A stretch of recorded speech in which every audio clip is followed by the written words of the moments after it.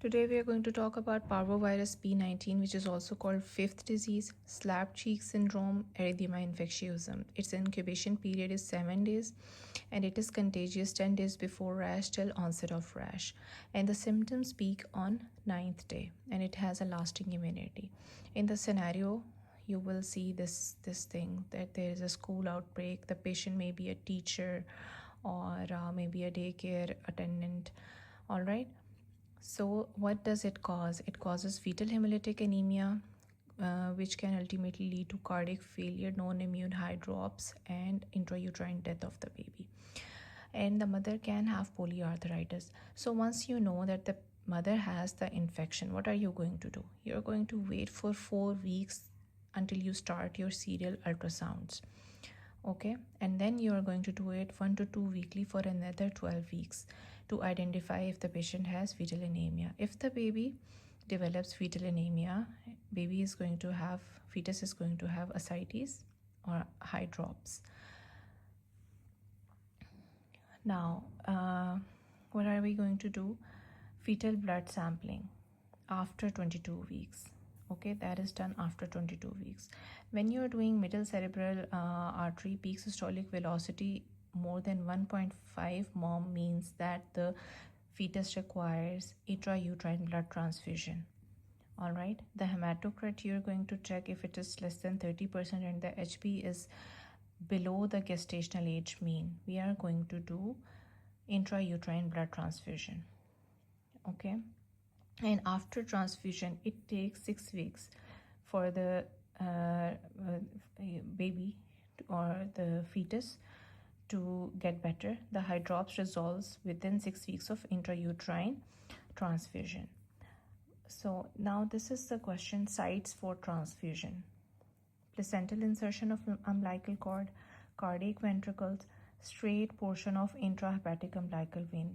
The benefits of fetal transfusion is we are transfusing mature erythrocytes, which are very less likely to have B19 virus. Secondly, increased oxygen carrying capacity, which is going to improve fetal heart function. Half-life of RBCs is 120 days and it is a sufficient cover for fetal immune system to develop. Maternal antibodies to cross placenta and resolve viral infection.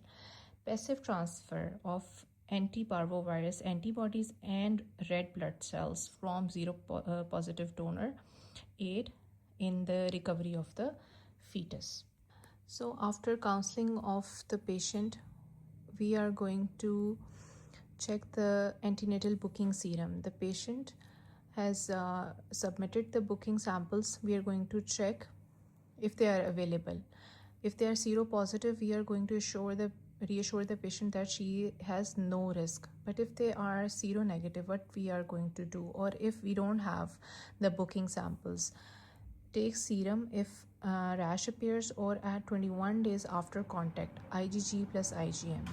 ठीक है, हमने क्या करना है, हमने serum लेना है उस पेशेंट का. अगर उसको रैश निकल आए या फिर अगर पेशेंट को इन्फेक्शन का है सस्पिशन, तो हमने 21 डेज़ के बाद, कॉन्टैक्ट के 21 डेज़ के बाद IgG और IgM करना है.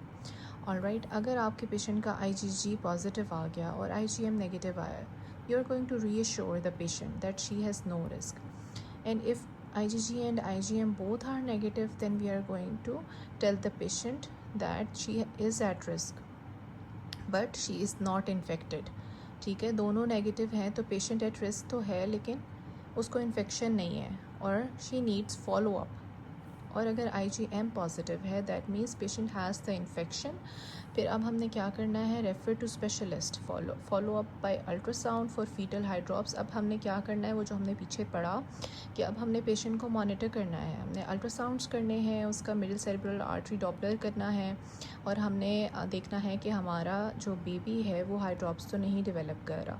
और फिर उसके बाद जहाँ पर हमारा मिडिल सेरेब्रल आर्टरी डॉपलर ख़राब होगा वहाँ पर हम बच्चे का HB देखेंगे, उसका हेमाटोक्राइट देखेंगे, वो लेस दैन 30% है तो फिर हम उसकी इंट्रायूट्राइन ट्रांसफ्यूजन हमने करनी है. ठीक है, लेस दैन 1.5 है तो फिर हमने क्या करना है, अल्ट्रासाउंड करने हैं for 12 weeks.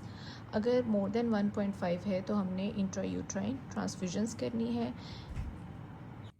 If the middle cerebral artery peak systolic velocity is more than 1.5, but on ultrasound there is minimal high drops and the fetus is active, we can consider conservative management. But meanwhile, we are going to monitor the baby. Once it develops the high drops, we are going to do the intrauterine transfusion. That's it.